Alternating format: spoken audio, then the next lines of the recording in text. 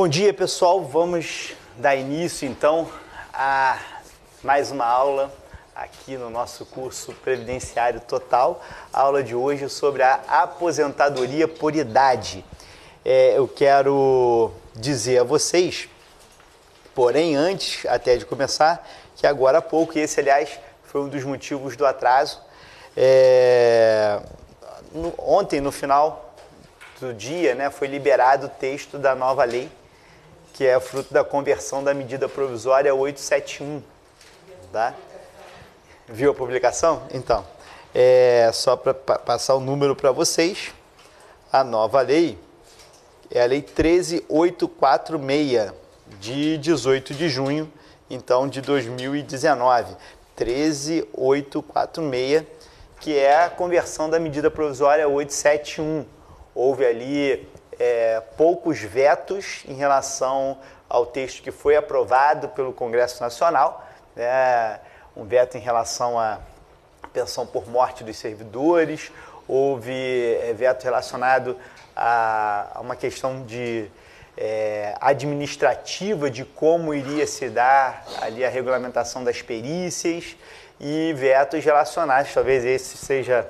O do servidor é o mais impactante, mas já era considerado como provável porque foi um erro do Congresso Nacional, que estava exigindo, o Congresso Nacional tirou a presunção de dependência econômica dos cônjuges, dos servidores. É algo que não daria para ser aprovado dessa forma, né? Foi mais um equívoco. E aí houve o veto. Agora, o veto realmente mais impactante e que não era tão esperado assim, é a que retira as restrições para o compartilhamento de dados dos segurados da Previdência Social com instituições financeiras, com, enfim, entidades relacionadas a empréstimos, mútuos. Isso é muito curioso, né? Algumas pessoas recebem a notícia de que saiu a aposentadoria não pelo INSS, mas pelo banco, né? O banco e isso tem alguma coisa errada, não tem? Então, assim, antes da pessoa receber a carta comunicando que saiu a sua aposentadoria, ela está recebendo ligação do banco dizendo, ó, você é aposentado. Mas não, estou esperando, não, saiu sua aposentadoria. Então, o banco sabe antes da própria pessoa e já liga para oferecer o consignado, que foi vendido há uns anos atrás como uma solução, mas se você parar para pensar, tem sido a perdição de muita gente, né? Porque na propaganda do crédito facilitado, às vezes as pessoas esquecem que tem que pagar, né? E aí, quando você fala de consignado, não tem muito para onde fugir, não é? Vai descontar ali do benefício, e se você está falando de um benefício pequeno, você descontar ali uma quantia significativa, vai impactar o sustento da pessoa.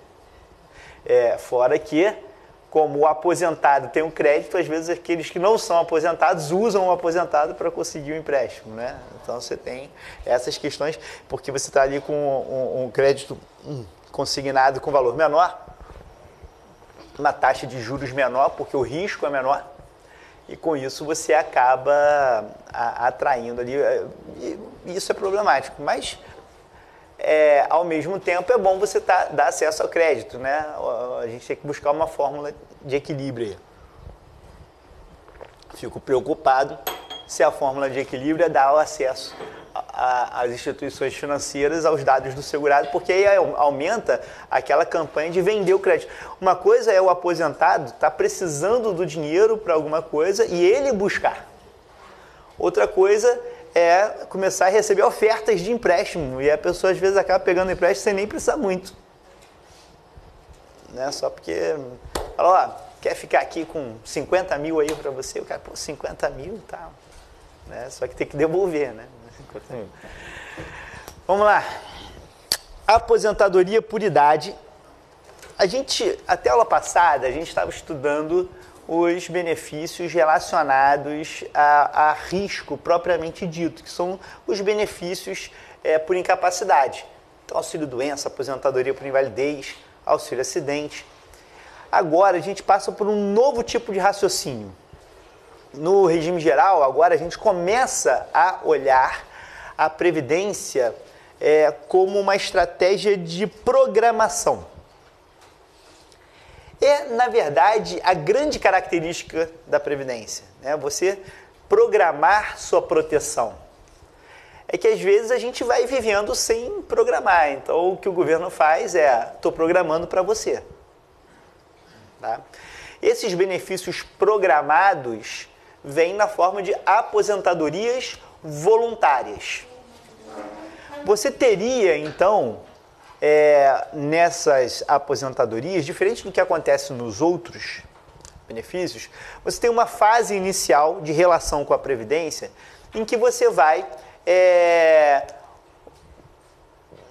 acumulando um patrimônio previdenciário para que lá na frente você receba um benefício. Então você tem uma fase de acumulação e depois você tem a fase de gozo do benefício. Tá? Então reparem, são benefícios que você não está com uma proteção para uma eventualidade que aconteça na sua vida. Não é um benefício que vai te garantir numa modalidade de seguro, da forma como a gente entende o seguro privado, por exemplo. Né? Fiquei doente, morri, tive uma incapacidade, vem o benefício. Não é assim. Aqui é onde a Previdência é mais caracterizada porque você tem essa estrutura de uma poupança prévia, uma fase de acumulação para depois receber o benefício. Por isso a gente chama um benefício programado. Ainda que a gente não tenha consciência da programação, ele é um benefício programado. Pode não ter sido programado por você, mas foi programado pela lei. Tá? E tem gente que tem essa consciência. Aliás, tem gente que vive a vida de trabalho numa verdadeira contagem regressiva. Né? Então, completei um mês de trabalho. Então, faltam só agora 34 anos e 11 meses para a minha aposentadoria. Então, a pessoa fica ali naquela contagem regressiva e você projeta. Tanto é que vem reforma da Previdência. O que as pessoas fazem? Não, aqui está faltando 2 anos, está faltando 10 anos para eu me aposentar, não sei o que, tá, daqui a tanto tempo eu vou conseguir me aposentar. É um benefício programado. Olha a diferença. Ninguém fica assim, daqui a tanto tempo eu vou receber um auxílio-doença. Bom, ninguém, eu não sei, né? Mas não é o normal. Mas a aposentadoria já é assim. As pessoas já ficam, daqui a tanto tempo eu me aposento, daqui a tanto tempo, eu estou contando os dias, não aguento mais, não sei o que, tá? Porque é algo programado.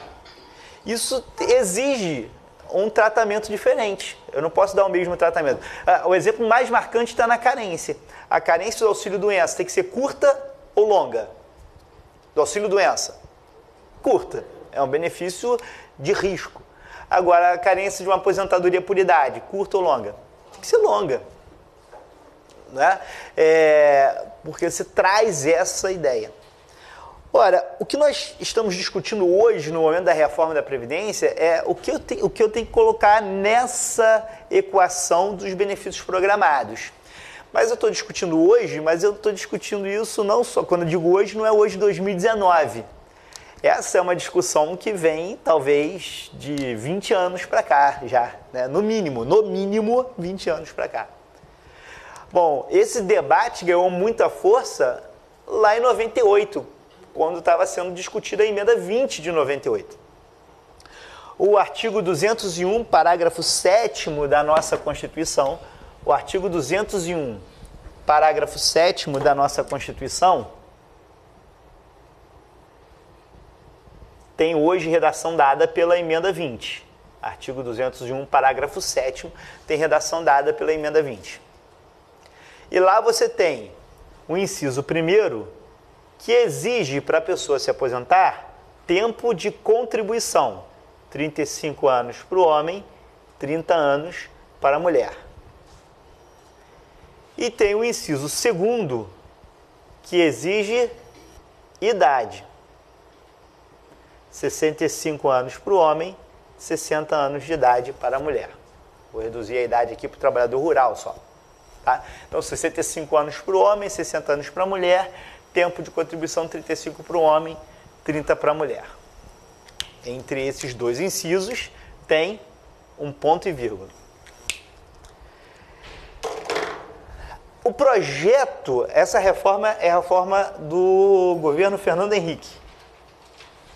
O projeto, na época do governo Fernando Henrique, era fixar uma aposentadoria programada que exigisse uma combinação entre idade e tempo de contribuição. Eu teria que preencher uma determinada idade e preencher um determinado tempo de contribuição.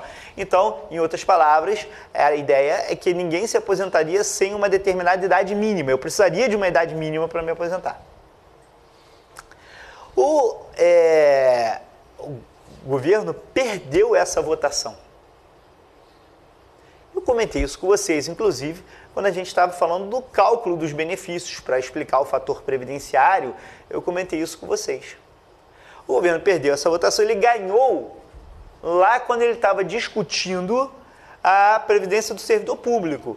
Então, hoje, para o servidor público, RPPS, para o servidor público se aposentar, ele precisa de idade e tempo de contribuição. Tempo de contribuição, 35 para o homem e 30 para a mulher. E idade, ele precisa de 60 para o homem e 55 para a mulher. Para o serviço público, eu preciso das duas coisas. Idade e tempo de contribuição. Tá? Agora, o governo conseguiu aprovar isso para os servidores e queria aprovar exatamente a mesma coisa para o regime geral. No regime geral ele não conseguiu. Lembra aquela história? Apertou o botão errado, diferença de um voto, não foi? Então, no regime geral ele não conseguiu. Com isso, o resultado é que aqui no regime geral nós temos duas aposentadorias voluntárias, além da aposentadoria especial, enfim, mas aí é outro capítulo, nós temos duas aposentadorias voluntárias que são autônomas. Eu tenho um critério, que é o tempo de contribuição, tem outro critério, que é alternativo por idade. Então é uma coisa ou outra. Esse ponto e vírgula significa ou. Tá?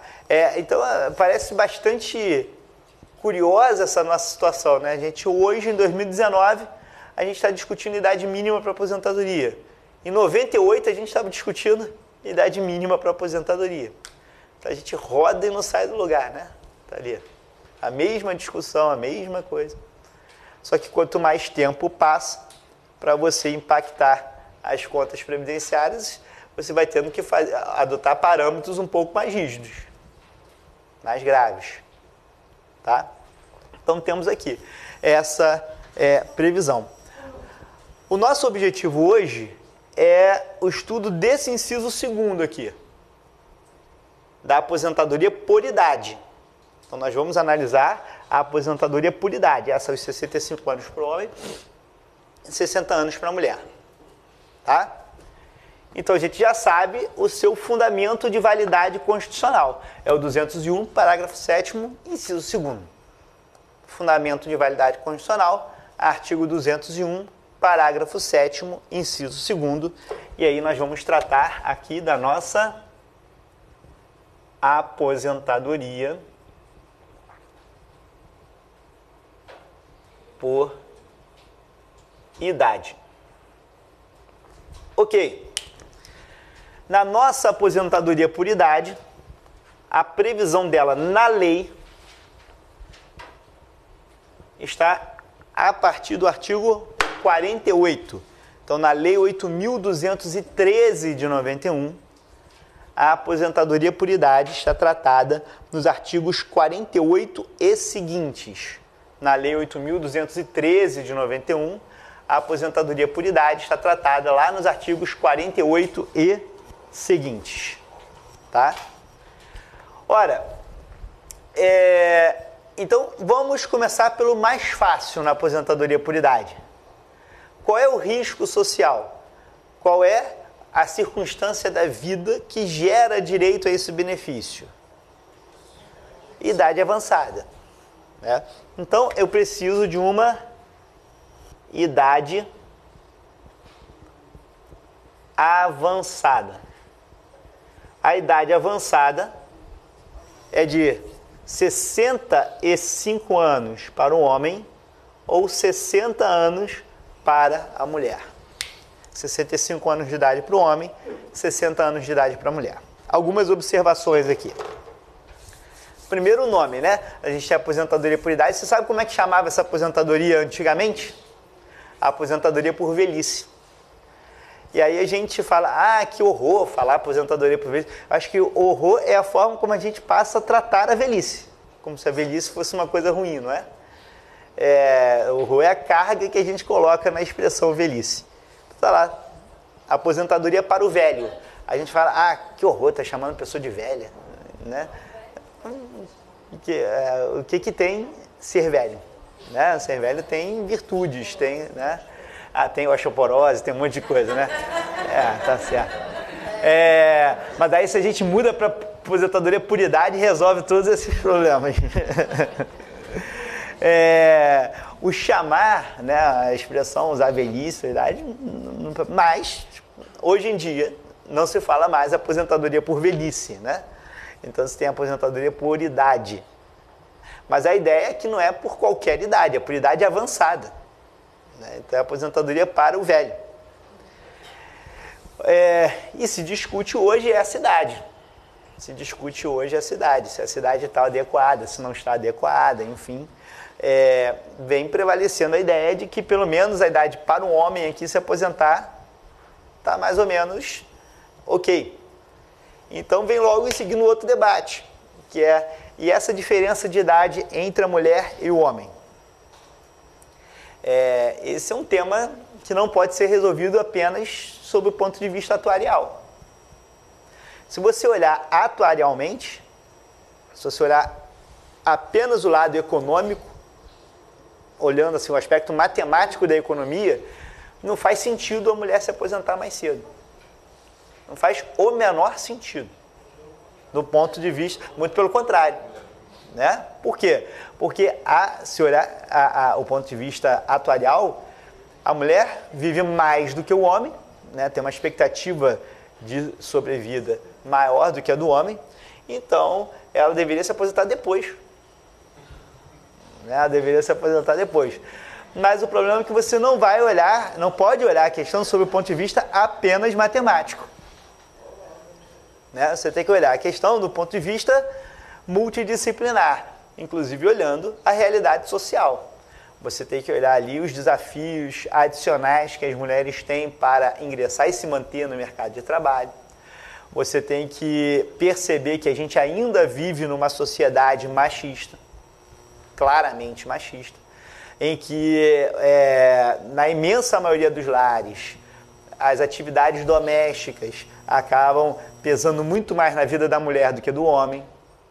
Né? Então você tem uma série de questões que precisam ser levadas em consideração aqui, especialmente pela desigualdade que existe no tratamento entre homens e mulheres.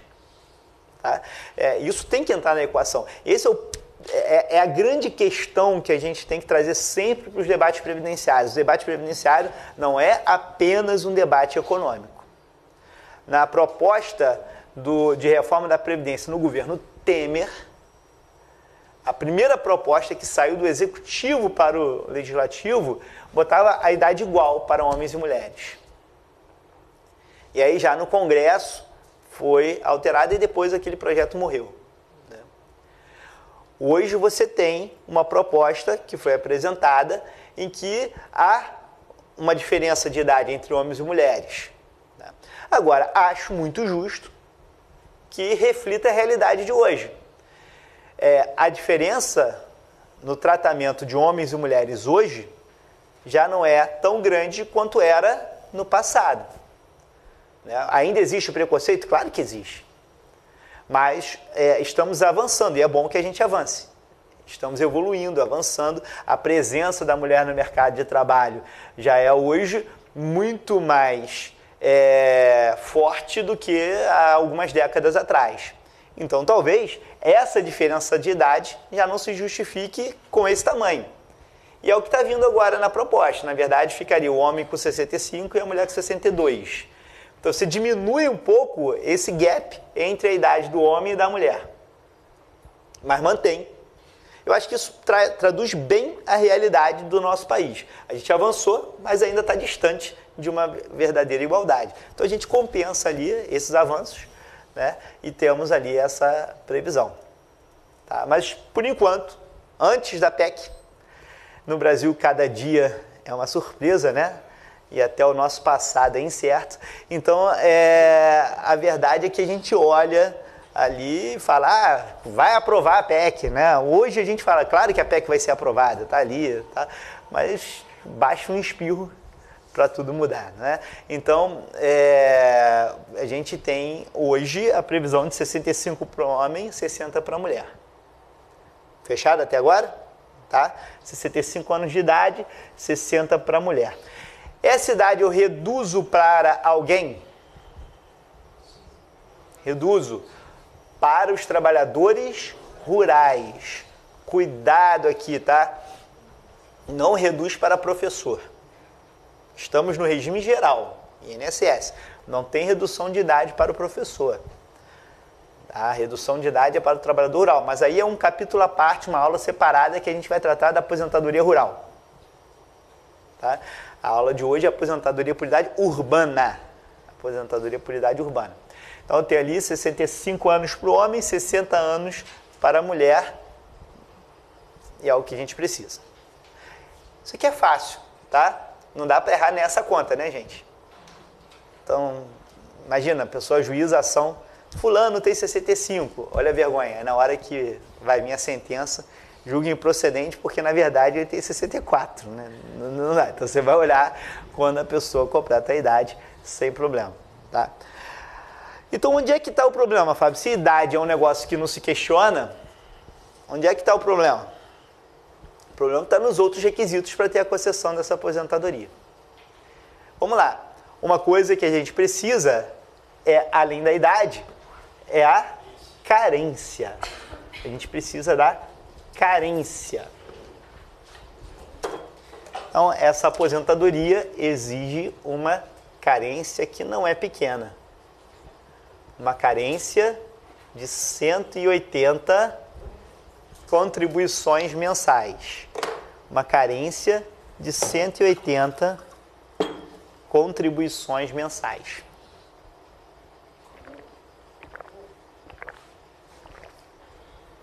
Tudo bem? Carência de 180 contribuições mensais. 180 contribuições mensais, e vou preencher isso então em quantos anos? 15 anos. Então vejam, eu não estou exigindo 15 anos de contribuição.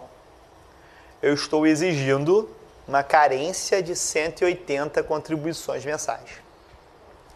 Disparado, gente. Quando a gente fala de aposentadoria por idade, a briga está aqui. A discussão da aposentadoria por idade é essa aqui. Se a pessoa preenche ou não preenche a carência. E hoje tem uma demanda muito específica e muito importante relacionada à carência, que vai ser associada com a discussão dos benefícios por incapacidade, que eu já vou trazer para vocês daqui a pouco. O INSS não reconhece o período em gozo de benefício como carência.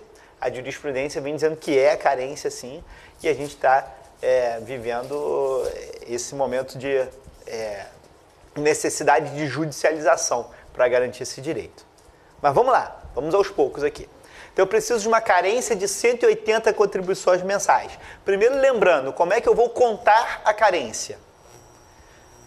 A carência a gente não conta por tempo, mas por contribuições. Então eu vejo quantas contribuições essa pessoa tem. Eu já dei um exemplo para vocês mostrando a diferença disso. O curso vai ficando legal quando a gente começa já a fazer a remissão ao conhecimento que a gente já adquiriu, porque aí fica circular, né? A gente já está conseguindo explicar os benefícios olhando a base que a gente já construiu. Então, para carência, eu dei um exemplo para vocês para mostrar a diferença entre carência e tempo de contribuição. Veja se vocês lembram desse exemplo. a pessoa começou a trabalhar no dia 31 de janeiro, trabalhou todo o mês de fevereiro e trabalhou também o dia 1º de março. Então, quantos dias ela trabalhou em janeiro? 1. Quantos dias ela trabalhou em fevereiro? Fábio, não era bissexto? Não, não era bissexto. E em março? 1 dia. Tá. Quanto tempo de contribuição essa pessoa tem? Tempo de contribuição. 30 dias, logo ela tem 1 mês de contribuição. 1 mês. Agora, carência. A carência é assim, ó. Ela trabalhou em janeiro? Sim. Se ela trabalhou em janeiro, tem uma contribuição para janeiro. Ela trabalhou em fevereiro? Sim. Então tem uma contribuição para fevereiro.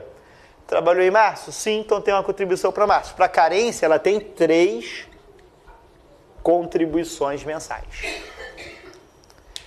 Então, olha só, ela tem 1 mês de tempo de contribuição. Porém, ela tem 3 contribuições mensais. Tá? Por que 3 contribuições mensais? Porque tem uma contribuição de janeiro, uma contribuição de fevereiro, uma contribuição de março. Tá aqui. Fechado? Isso vai acabar valendo mais para o empregado, porque o contribuinte individual, ao recolher a contribuição, está dizendo que trabalhou o mês inteiro, né? O tempo vai acabar coincidindo, tá? Ok. E aí tem algumas questões que são complicadíssimas. Vamos lá. Primeiro, como é que eu vou contar? Eu já sei como eu conto a carência, mas quais contribuições eu conto para fins de carência? Quais contribuições eu conto para fins de carência? Vamos lá. A resposta para a gente estará no artigo 27. A resposta vai estar no artigo 27 da Lei 8.213. O artigo 27 vai falar o seguinte. Olha, para empregado doméstico e trabalhador avulso, eu tenho uma regra. Para os demais segurados, eu tenho outra regra. Então, vamos lá. Para empregado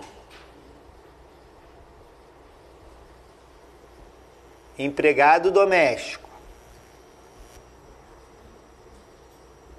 e trabalhador avulso, eu tenho uma regra. Para os demais, eu tenho outra regra. Qual é a regra para o empregado doméstico e o trabalhador avulso? A regra para essa galera aqui é que a carência vai ser contada a partir da filiação. Vamos lá, pessoal. Vocês que já estão avançados no estudo da Previdência. Filiação. Empregado doméstico, trabalhador avulso. Eles são segurados obrigatórios ou facultativos? São 3 segurados obrigatórios aqui. Como é que acontece a filiação do segurado obrigatório? Pelo exercício da atividade. Então, para esses 3, eles provando o trabalho, eu já começo a contar a carência. Eu não vou olhar quando foi recolhida a contribuição, vou olhar quando eles trabalharam. Eu começo a contar a carência pelo trabalho. Porque a lei diz que eu conto a partir da filiação. E por que isso, gente? Vamos raciocinar. Por que isso? Porque como é que eu vou exigir que eles comprovem o recolhimento da contribuição se eles não são os responsáveis tributários? Quem recolhe a contribuição do empregado? O empregador retém na fonte e recolhe. O empregador doméstico faz a mesma coisa que o empregado doméstico e o tomador de serviço com o trabalhador avulso. Então, para esses, como eles não têm responsabilidade tributária, a lei diz, eu não posso cobrar regularidade fiscal. Basta provar que tem trabalho, e isso é o fato gerador, a responsabilidade tributária é do empregador. Então, tá lá. Aí, então, para esses aqui, a grande dificuldade que pode aparecer é provar que trabalhou. A empresa não recolheu as contribuições, não está constando no CNIS, e aí o foco, se a discussão foi essa, não, está sem ali as contribuições daquela empresa, o seu foco vai ser provar o exercício da atividade. E essa prova tem que ser uma prova muito parecida com a prova do tempo de contribuição. Você, para fazer essa prova, você vai ter que trazer prova material. Atualmente, a prova material contemporânea do trabalho. Tá? Não adianta a prova testemunhal. Essa discussão a gente vai travar mais na aula que vem, quando a gente discutir prova do tempo de contribuição. Isso é mais na aula que vem. Mas aqui, então, o foco que você tem que ter não é eu vou provar o recolhimento da contribuição. O foco que você tem que ter eu vou provar o trabalho.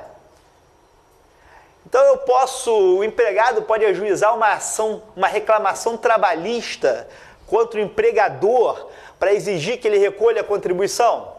Não. Simplesmente não tem legitimidade ativa. Quem tem legitimidade ativa para cobrar contribuição? A Receita, né? A Receita. Ela que tem. Eu não posso ter um empregado cobrando contribuição previdenciária. Tá? Até porque não tem interesse. Eu posso ter um empregado ajuizando a reclamação trabalhista para confirmar a existência do vínculo. Mas o recolhimento da contribuição é o problema da Receita com a empresa. Ele provando o exercício da atividade, tem que ser reconhecido aqui esse período trabalhado e, consequentemente, tem que ser reconhecida a carência para esse benefício. Mas a empresa não recolheu. Não interessa, porque, de acordo com o artigo 27, inciso 1º da Lei 8.213, a carência é contada a partir da filiação. A partir da filiação. Tudo bem? Ok. Vamos lá. Não costuma dar problema. Provando, a dificuldade é provar. Provando, vai lá. O INSS é sábio. O INSS não diz. Jamais vai dizer isso. Olha, você trabalhou, estou vendo, mas como não recolheu a contribuição, não vou contar a sua carência. Empregado mais trabalhador. Ele não vai falar isso. Por enquanto. O que ele vai dizer é o seguinte: você não trabalhou. Mas eu estou aqui com a carteira de trabalho. Não interessa, você não trabalhou. Mas eu estou... Não interessa, não está contribuindo. Então, a discussão dele para o empregado doméstico, vai dizer, eu não acredito que você trabalhou. Essa que vai ser a discussão. Tá? Aí você vai ter que provar que trabalhou. Mas vamos continuar aqui o nosso debate.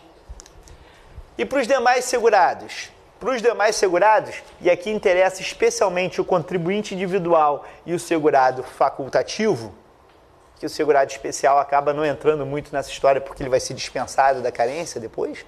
Então, contribuinte individual e segurado facultativo, a regra aqui é que para contar carência, eu começo a contar a carência a partir do primeiro pagamento sem atraso. Começo a contar a carência a partir do primeiro pagamento sem atraso. Primeiro pagamento sem atraso. Vamos lá. E aí a gente precisa discutir o que é primeiro pagamento sem atraso. Tá? Tem um monte de problema aqui. Primeiro problema. Vamos primeiro para o básico. Primeiro pagamento sem atraso. Como é que vai funcionar? Eu chego lá na Previdência e digo o seguinte: Previdência, eu quero fazer a minha inscrição. confesso que já estou trabalhando há um tempo e não estou pagando INSS. Tá? Então o sujeito acabou de se formar na faculdade de Direito e apesar de ter estudado Direito Previdenciário e sair da faculdade sabendo tudo de previdenciário, né? Ele começa a trabalhar sem recolher contribuição. Chega um momento ele fala, eu acho que eu tenho um negócio chamado INSS que eu tenho que pagar, vou lá ver o que é. Aí vai lá no INSS e fala, eu sou advogado, quero pagar, mas eu já sou advogado até aqui uns 6 meses. Tá? Eu posso recolher esses atrasados? A Previdência vai falar, claro que pode. Cadê? Tem prova de que você trabalhou? Tem aqui as petições, fiz audiência, tem um monte de prova que eu trabalhei. Então pode pagar os atrasados. Ótimo. Eu posso retroagir o início das contribuições? Posso. Se eu provar que eu trabalhei, faço o requerimento administrativo, provo que eu trabalhei, retroajo o início das contribuições. Tranquilo. Qual é a utilidade de retroagir? Vai contar tempo de contribuição. Mas não vai contar como carência. Vai contar como tempo de contribuição, mas não vai contar como carência. Porque a carência é a partir do primeiro pagamento sem atraso. A partir do primeiro pagamento sem atraso. Quê? Calma. Não. Vamos lá. Tá? Primeiro pagamento sem atraso. Fechado até aqui? Ok. Aí, imagine... Foi até um caso que eu botei para o workshop da pós-graduação agora. Tá? Imagine que a pessoa foi recolhendo as contribuições o tempo todo com pequenos atrasos. A situação é a seguinte. Trabalhei hoje. Se eu trabalhei hoje, nós estamos no mês de junho. Não é? Nós estamos no mês de junho. Se eu trabalho hoje no mês de junho, quando é que vence a contribuição de junho? Em julho. A contribuição do contribuinte individual vence no dia 15 de julho. Todo mundo sabendo, pagando, recolhendo em dia, né? Então tá lá, dia 15. Só que aí, imagina só, a pessoa é um advogado que tem um cliente que paga ali pro dia 18, 19, 20. Então ele chega no dia 15 sempre apertado. Tá? Aí ele espera para pagar no dia 19, dia 20, dia 21. Tá? Então vai a vida pagando sempre a contribuição. Você não pagou uma no dia 15. Foi sempre pagando ali no dia 20, dia 21. Tá? Vale ou não vale?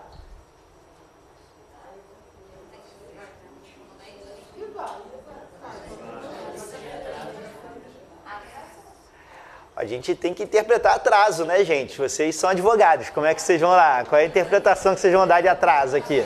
Né? Pois é. A grande questão aqui é que esse atraso de 1, 2, 3 dias não é o problemático.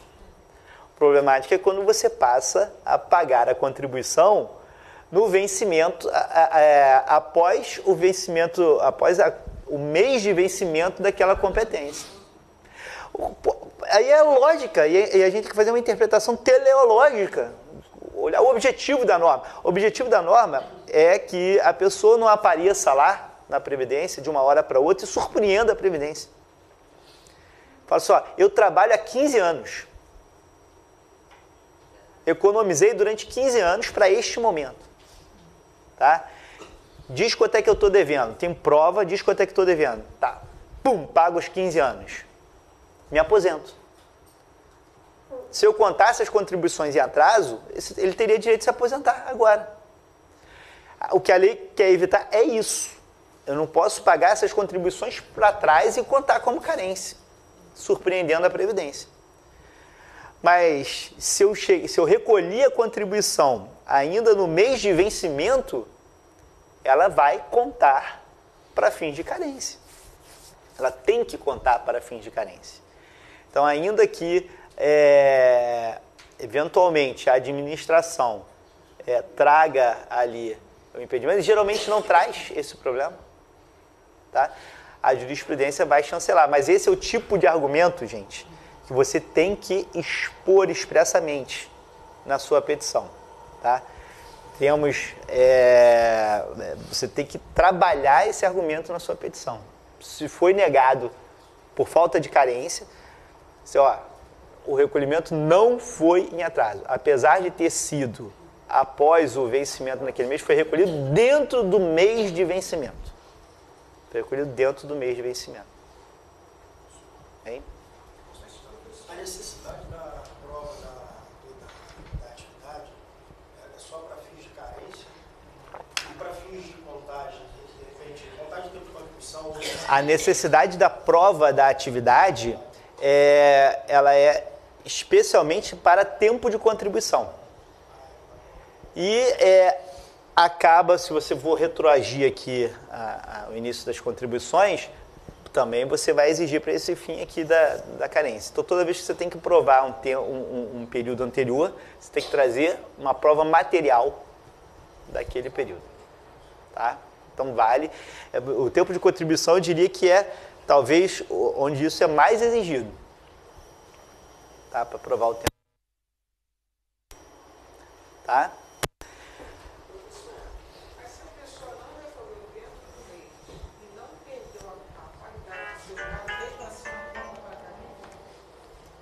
A pessoa, vejam que aqui a gente vai agora com outro problema.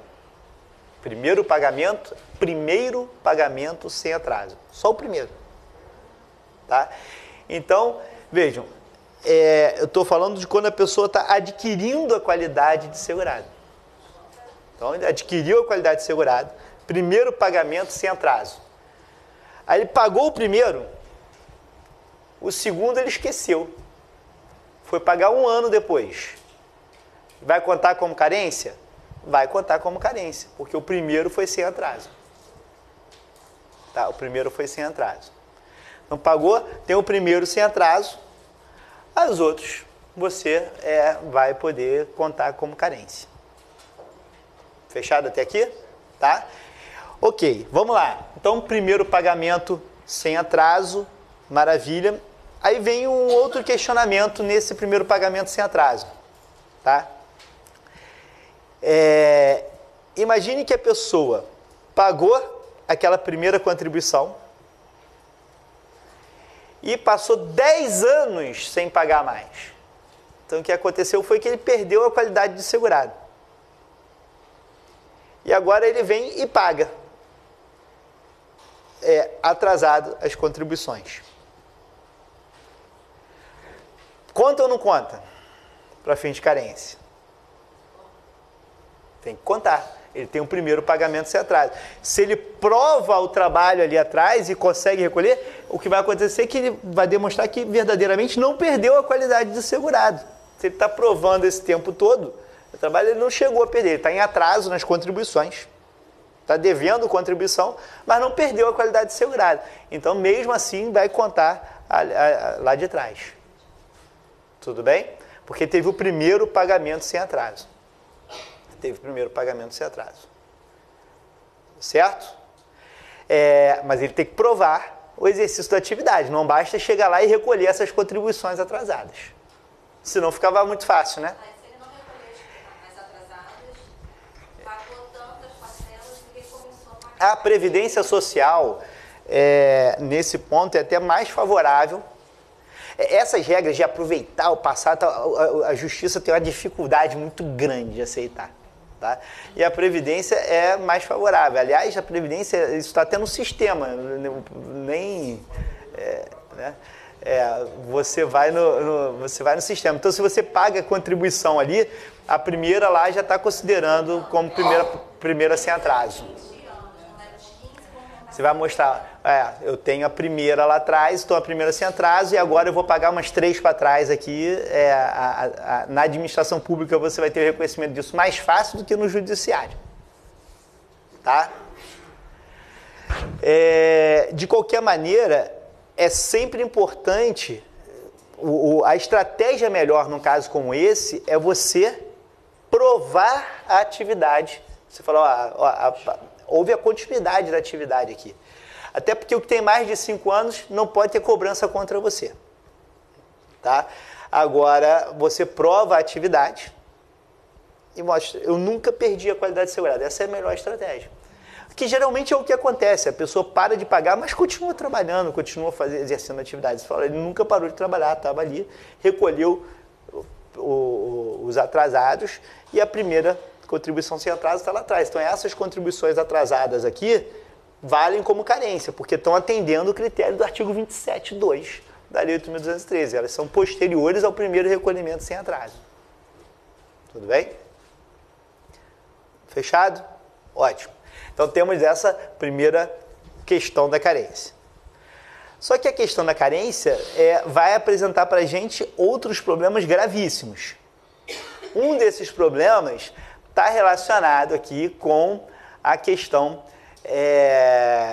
do segurado facultativo de baixa renda. Segurado facultativo de baixa renda. Vejam, a legislação de custeio prevê um incentivo fiscal para que as pessoas possam recolher contribuição como segurado facultativo se ele pertence a uma família de baixa renda. É para dona de casa de baixa renda ou dono de casa de baixa renda, tá? De família de baixa renda. A pessoa vai pagar menos contribuição. Só que para isso tem que preencher algumas exigências. O que está acontecendo hoje é que às vezes as pessoas estão pagando essa contribuição com valor reduzido e não preenchem essas exigências. E aí estão tendo dificuldade para reconhecer essas contribuições para fins de carência. Eu vou falar sobre isso no próximo bloco. Nós não vamos fazer intervalo, tá bom?